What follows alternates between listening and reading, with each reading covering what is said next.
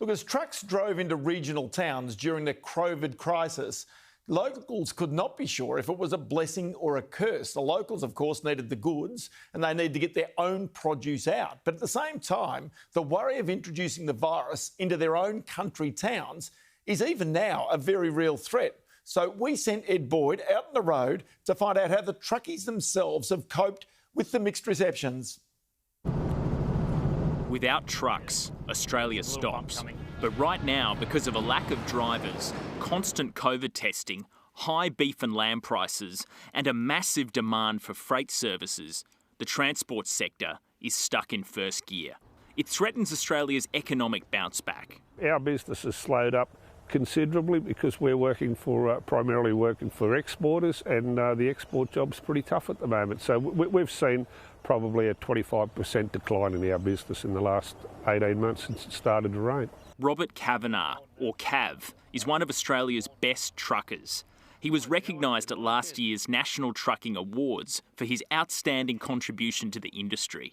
Cav owns two trucking businesses, Cavanagh's Transport and Stockmaster, based in Tamworth and Inverell in New South Wales. But for all his skills and passion, right now he's struggling to convince new drivers to climb on board. Here, the average driver probably about 4,500 kilometres a week. Yeah.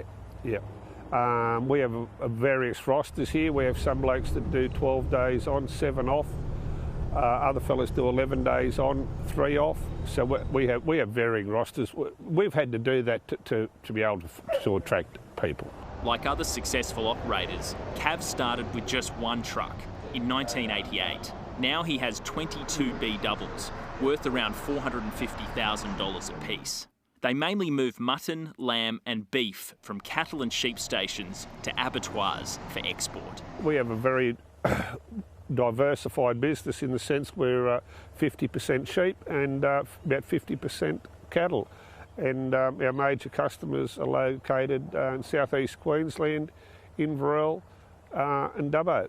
And we have trucks on any given day. We'll have trucks in South Australia, Victoria, Queensland and New South Wales. But one of the big challenges operating a transport business during COVID has been border closures and the risk that truck drivers would take COVID into isolated outback towns.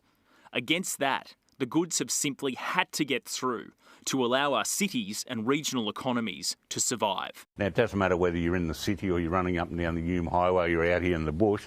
They've done a tremendous job. You know, the groceries are on the supermarkets. You know, we had a couple of days where we've had shortages, but overall, drivers have done a brilliant job. But for truckies, the bureaucracy and the ever-present risk of COVID has been a constant worry. Oh, you get a phone call Friday afternoon in the office in Canberra. Their office is in Canberra. We've got two loads of livestock sitting at the border and they won't let them across the border into Queensland. So at 10 to 5 on Friday afternoon creates a few issues. But we've worked through them. Some of them, I believe, were unnecessary. But we've got through them and the drivers have been very, very tolerant and they've done a very, very good job. To cross state borders, truckies need a negative COVID test. The problem is, testing centres in regional Australia are often a long way from the drivers' homes. Most of Cav's drivers get tested 2 to 3 times per week. It's not easy can't drive a B-double to a hospital, you know, so it has created huge logistical issues here for us. Well, another problem we've had, and it hasn't happened a lot, but are not getting their test results back. So, you know, we think, oh, well, they got tested yesterday at Forbes, they'll be right to go through the border tomorrow night. They get to the border and the results haven't come through. But these are not the only constraints on drivers. They are constantly monitored. All trucks are fitted with hands-free kits, so mobile phone, and this truck has seeing eye technology, which just monitors the driver's fatigue. So I believe that is a great advancement. So keep, and should the driver become drowsy or anything, we get a phone call straight back to our head office, and that's monitored whenever the vehicle is in motion. But for those prepared to put up with the hours and the work, the rewards are increasingly significant. We're cruising from Gunnedah to Tamworth in one of Cav's 600 horsepower Kenworth trucks, and you can really feel the power of the engine below you. But Cav's drivers, they're in the driver's seat for about 10 to 12 hours a day. They do about 4,500 kilometres a week.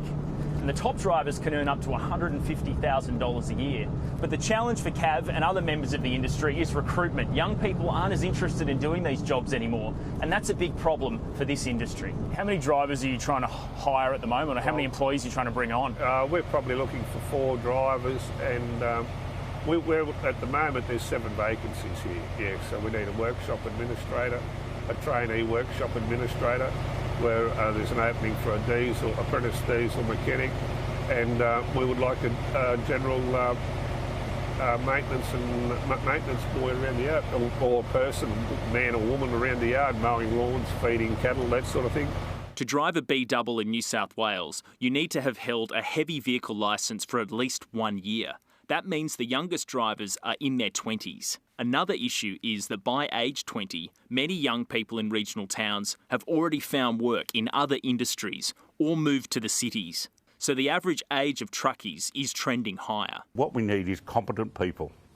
We don't need a person who's 21 against a person that's 19 over here. They can both do the same job. It's a matter of how much training we put into them and to ensure they're competent. And at the moment, the way the system works, it's about age. It's not about competencies. So we're a big push on for competencies. Also, longer term, we need to make quite sure that we've got an apprenticeship, and there's a lot of work being done behind the scenes. But for Cav, who's been doing this a long time, there's nothing quite like life on the road. Oh, I love it. Yeah, I love it. I went and done a run out of Albany a couple of weeks ago, 3 weeks ago, back to Conmine. You know, it was 4,500 k's. Loved every minute of it. It's not very often that that you can go and do something that you enjoy. You know, I've always wanted to have a good look at the Nullarbor in the daytime and camp on the Nullarbor, you know, during the night, you know, and I was lucky enough to do that, and I got paid for it.